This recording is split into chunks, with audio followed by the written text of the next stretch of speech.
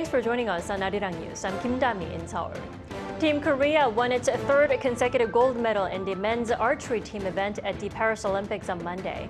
And on the same day, 16-year-old shooter Ban Hyo-jin claimed the gold medal in the women's 10-meter air rifle, making her South Korea's youngest Summer Olympics gold medalist. What will be North Korea's seventh nuclear test may come around the time of the U.S. election in November, South Korea's defense chief says. He stressed security cooperation between Seoul, Washington, and Tokyo will remain solid, whoever comes into power in the U.S. A 6-day filibuster by South Korea's ruling party came to an end just hours ago, with the opposition-led National Assembly passing the last of 4 contentious broadcasting bills aimed at reducing government influence over public broadcasters. But the ruling party is expected to ask President Yoon to veto the 4 bills again.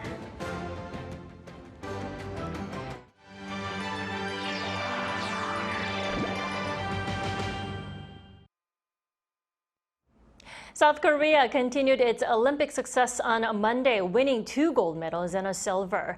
Now, the gold medal in the women's air rifle marked Korea's 100th Olympic gold in history, while the men's archery team is bringing home their 3rd straight gold medal at the Summer Games. Our Lee Seung-jae has more. Following the South Korean women's archery team's finish at the top of the podium the day before, the men's team on Monday also won gold, marking their 3rd straight gold medal finish at an Olympic Games. The trio of Kim Woo-jin, Kim Jae-duk, and Lee Woo-seok did so against a hostile crowd as they faced off against the French. Up 3-1, the trio finished off the game in the best way possible, with all 3 shooting perfect 10s in the final set to win 5-1. With the women's team having secured gold at the 10th Olympics in a row, the men's team will try to continue a streak of their own. They also won South Korea's 101st Olympic gold medal. This means the country's 100th gold medal in history came earlier in the day when Ban Hyo-jin pulled off a major surprise to win the women's air rifle gold. The 16-year-old, who only began the sport 3 years ago, failed to capitalize on a rather comfortable lead. Ban would go into a shoot-off against Hwang Yu-ting of China, winning the nail-biter 10.4 to 10.3 to win the top podium finish. Not only did the teen win the country's 100th Olympic gold medal in history, she also became South Korea's youngest shooting medalist ever. And it doesn't always have to be a top podium finish to be a memorable moment, as Ha Mi-mi on Monday secured a silver medal in the women's under 57-kilogram judo competition. A descendant of a Korean independence fighter and born to a Korean father and a Japanese mother, Ha decided to compete under the South Korean flag in Paris. However, after receiving her 3rd penalty warning during sudden death, Ha lost to Canada's Krista Deguchi. Still, she became the 2nd best female judoka in the world in her weight category and carried on her grandmother's wish of representing South Korea. Despite setting a goal of 5 gold medals in this year's Olympic Games, South Korea has already won 5, along with 3 silver and 1 bronze. Lee Seung-jae, Arirang News. Following a South Korean bid becoming the preferred bidder for the Czech Republic's nuclear energy project, President Yoon showed his will to support the industry even more with a special law. In a cabinet meeting on Tuesday, he said a special support law is needed to establish an institutional foundation, ensuring the nuclear power industry grows steadily without being influenced by the nature of any regime. He also announced making adjustments to the tax system to reflect the current economic status of the nation. Yoon proposed abolishing the financial investment income tax and introducing incentives for shareholder returns, as well as expanding tax-free inheritance. He also touted the establishment of a ROK Strategic Command to oversee key assets and deter and respond to North Korea's nuclear and WMD attacks by integrating the South Korea's military cutting-edge capabilities. As Seoul and Prague work towards a deal to build at least 2 nuclear reactors in the Czech Republic, our presidential correspondent Oh Soo-young sat down with the Czech Ambassador to South Korea to discuss what this cooperation will mean for their bilateral relations. South Korea and the Czech Republic's nuclear power cooperation could lead to a robust value-based alliance to strengthen economic and energy security in the heart of Europe. That's according to Czech Ambassador to South Korea, Ivan Jančárek, speaking to Arirang News. The diplomat congratulated Seoul on being selected as the preferential bidder to build 2 nuclear power plant units as part of the Czech Republic's largest ever national project. So, first of all, it was the quality of the offer. That was why the KHNP was given this chance, to build the reactors. Second is that there is already an experience with the Koreans' investments in Czechia. We've been strategic partners since 2015, and it means, that there we are already in a good relationship, and we know each other. We are like-minded countries, we are democratic countries, so that's the reason number 2 why KHNP was chosen. And third, I think, that, but it's more on a light note, I think, it's a good connection, and then there is a good relationship between our 2 countries. He further noted the personal efforts of the South Korean leader in backing the consortium led by Korea Hydro and Nuclear Power. Yoon met Czech Prime Minister Petr Fiala 3 times on the sidelines of international events and sent a letter describing the potential for future cooperation. If the heads of governments or heads of states are personally involved, in those decisions, it seems it's not only one project of one company, but it's rather it's a project for a whole country, and that was really important for us as well to see, that there is not only 1 or 2 companies which are looking at the possibility to sell something, but it's rather, that we will develop, lasting and very intense cooperation between Czechia and South Korea. Yoon and Fiala will meet in Prague later this year to build on the momentum as the Czech Republic also looks to build a nuclear energy hub for Europe. Last year, it struck up the European Nuclear Alliance with 10 other EU states, including Bulgaria, Croatia, Finland, France, the Netherlands and Sweden. When the President Yoon will be coming to Czechia in September, it will be the reflection of the decision and of the preferential bid and the possibility actually to promote the nuclear industry not only in Czechia but as well in the whole Europe, because this is really something which we are aiming at.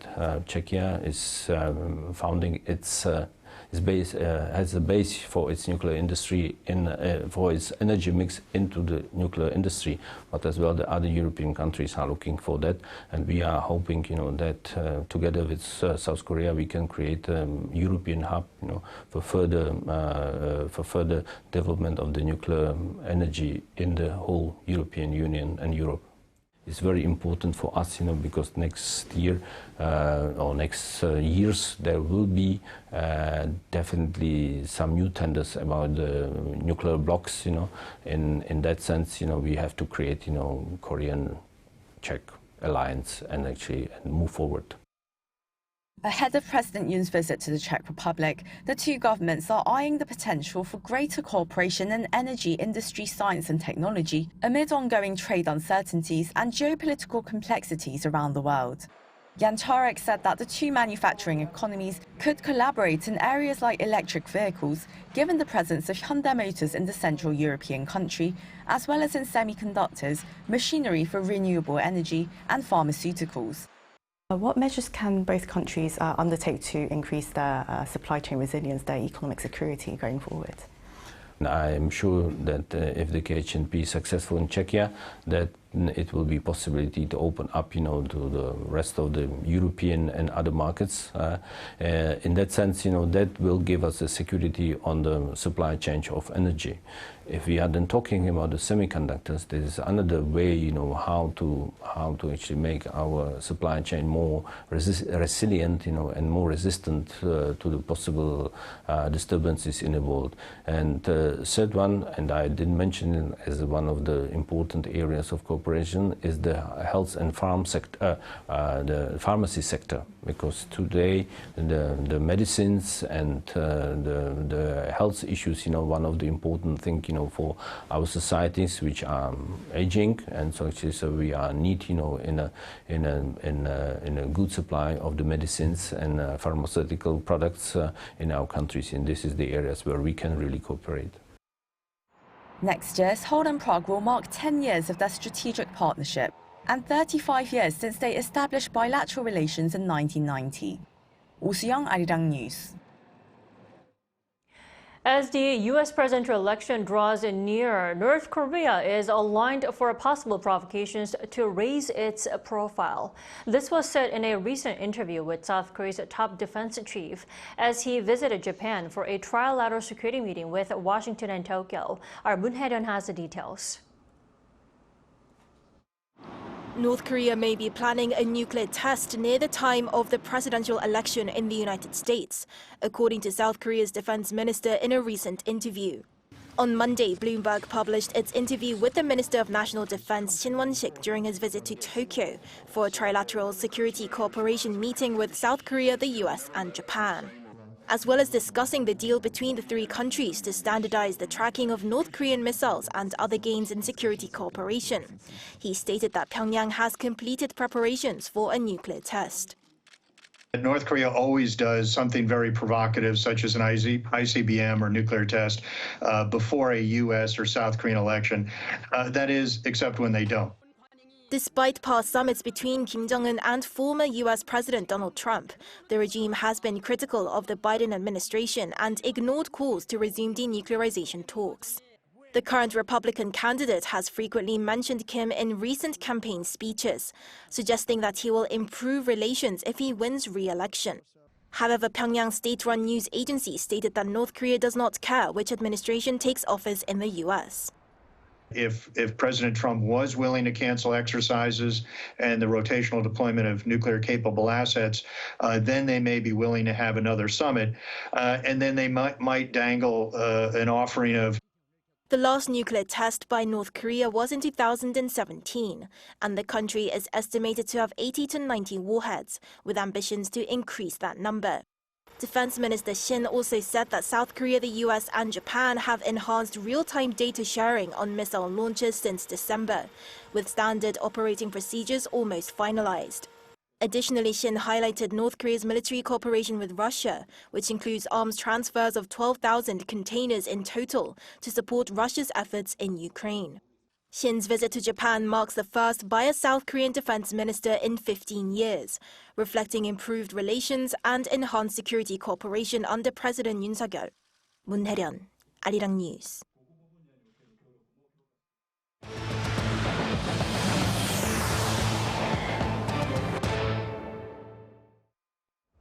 The opposition at the National Assembly this morning passed the last of 4 bills that aim to reduce government influence on public broadcasters.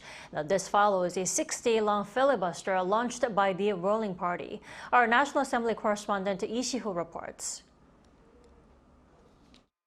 The National Assembly on Tuesday morning passed the last of the 4 opposition-led broadcasting bills following a 6-day filibuster launched by the ruling People Power Party. At around 9 in the morning, the opposition unilaterally approved what's been dubbed the EBS bill after the Public Broadcaster Educational Broadcasting System. All of the 189 lawmakers present at the session gave their approval after the PPP representatives walked out in protest. The 4 broadcasting bills are revisions to the Broadcasting Act that aim to alter the structure of public broadcasters in the country and reduce government influence on them. The bills aim to increase the size of the board of directors of broadcasters KBS, MBC, and EBS, and grant journalism and broadcast societies the right to recommend potential board members. They also call for a change in the Korea Communications Commission's decision-making process by requiring more approvals from internal members to pass a motion. When the main opposition Democratic Party tabled the first of the 4 bills on Thursday, the PPP launched a filibuster that would, in total, last for approximately 111 hours. The opposition has since ended each debate 24 hours after its launch through a vote, passing one bill at a time according to parliamentary rules.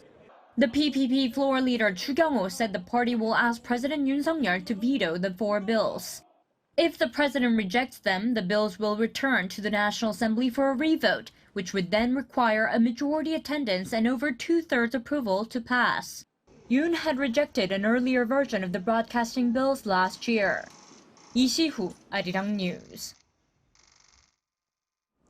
The first public robot facility has opened here in Seoul City. Hopes are high that such an introduction will back smaller firms and related industries to thrive and take a leading role in global robotics. Our Lee Soo-jin has this report.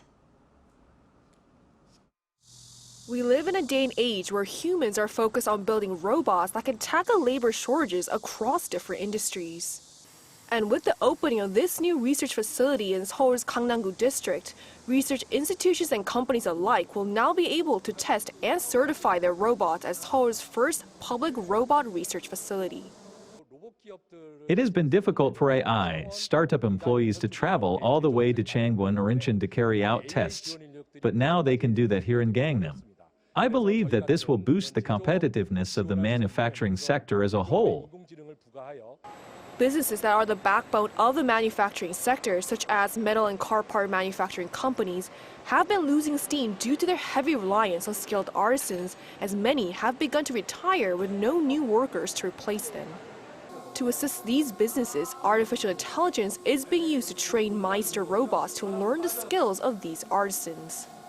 This machine, for example, that was used by a skilled artisan for decades, has been transformed into a Meister robot that can do what the artisan did all by itself, based on data that was collected for 2 years. Even though the artisan is now retired, his knowledge of how much pressure must be applied to the polished rod can still be used. And research on cobots is also being actively carried out. Cobots enhance productivity by taking on repetitive tasks of sorting out different pieces of equipment into certain shapes and colors, thereby freeing up humans to carry out more complex tasks.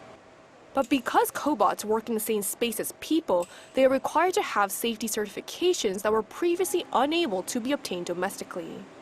The very first cobot certification system is now available. Before we had to pay a fee. That was usually quite large. To a foreign company to get certified, but we can now certify our cobots in Korea. The district office expects this to further enhance research on cobots in the country. Continued support for robot development like this from the public sector will not only help smaller companies and manufacturing industries as a whole, but also help move Seoul closer to becoming a global hub for robotics. Lee Soo-jin, Arirang News.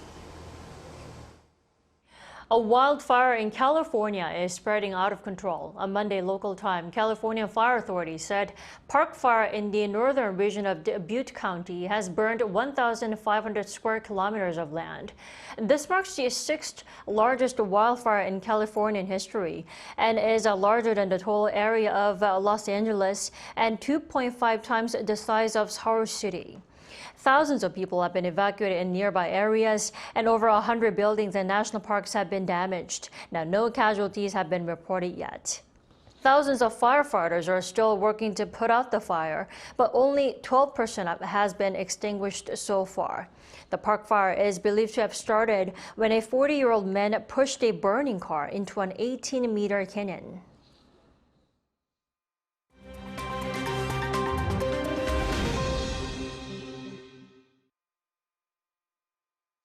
Now let's take a look at the latest news in the world now. Vandals sabotaged France's telecoms networks in 6 areas of the country overnight from Sunday into Monday, but only minimum disruption was caused. This follows last Friday's sabotage attack on railway lines leading into Paris. The French government says it suspects the ultra-left extremists to be responsible. French Interior Minister Gérald Darmanin said on Monday that the authorities have identified a certain number of profiles and that the attacks were the traditional mode of operation of the ultra-left. Nicolas Chatin, spokesman for SFR, one of France's 4 biggest telecom operators, said that it's vandalism and that large sections of cables were cut, which would need an axe or a grinder. With the French government vigilant over threats to the Paris Olympic Games, French authorities arrested an activist from an ultra-left movement on Sunday at one of the grounds of national rail operator SNCF. Following Nicolas Maduro's re-election in Venezuela on Sunday, Panama has put its official diplomatic relations with Venezuela on hold, demanding to see a full review of the vote count procedures before relations are normalized. Panama's President José Raúl Mulino said on Monday that the Foreign Ministry will also withdraw its diplomatic personnel from Venezuela.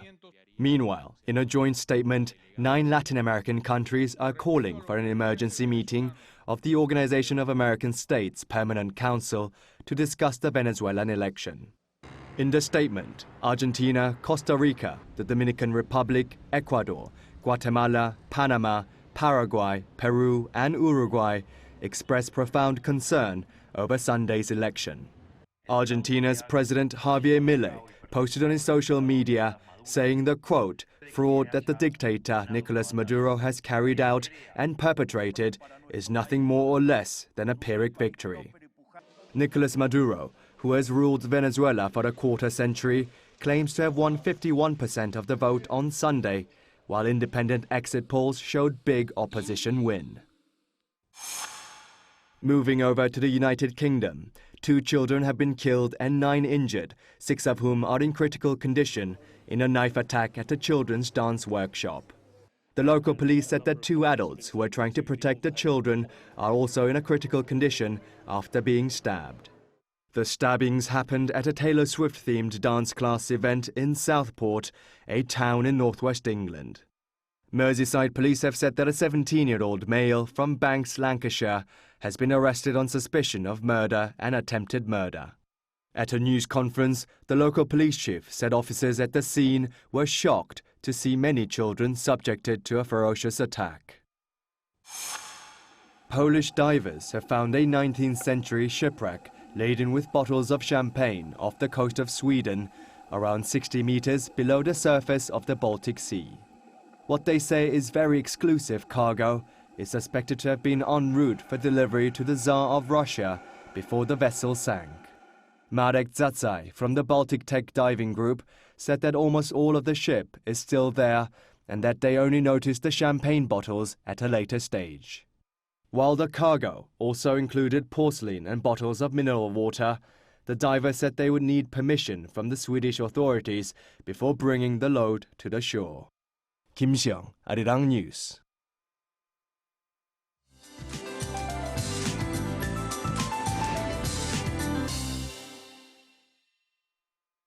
Good afternoon. Searing summer heat continues to bake Korea day and night. Southern and eastern regions especially are having unbearable heat, with highs hovering around 35 degrees Celsius. The central regions should notice highs going up to 4 degrees higher this afternoon, but still not too bad considering it's late July. Cloudy skies are in store again for the northern regions, and there could be on and off rain of 5 to 20 millimeters to the east of Gyeonggi-do and in mountainous areas of Gangwon-do province during the day today. Meanwhile, the rest of the country will be under blazing sunshine with very strong UV rays in the afternoon. Sun safety is a must when heading outdoors, and drink plenty of water and take care. Checking on today's highs now, Seoul gets up to 31 degrees Celsius, Gwangju and Jeju topping out at 34 degrees. Then it's forecast to rain in the capital area in Gangwon-do province on Friday. With that in mind, let's take a look at the international weather conditions.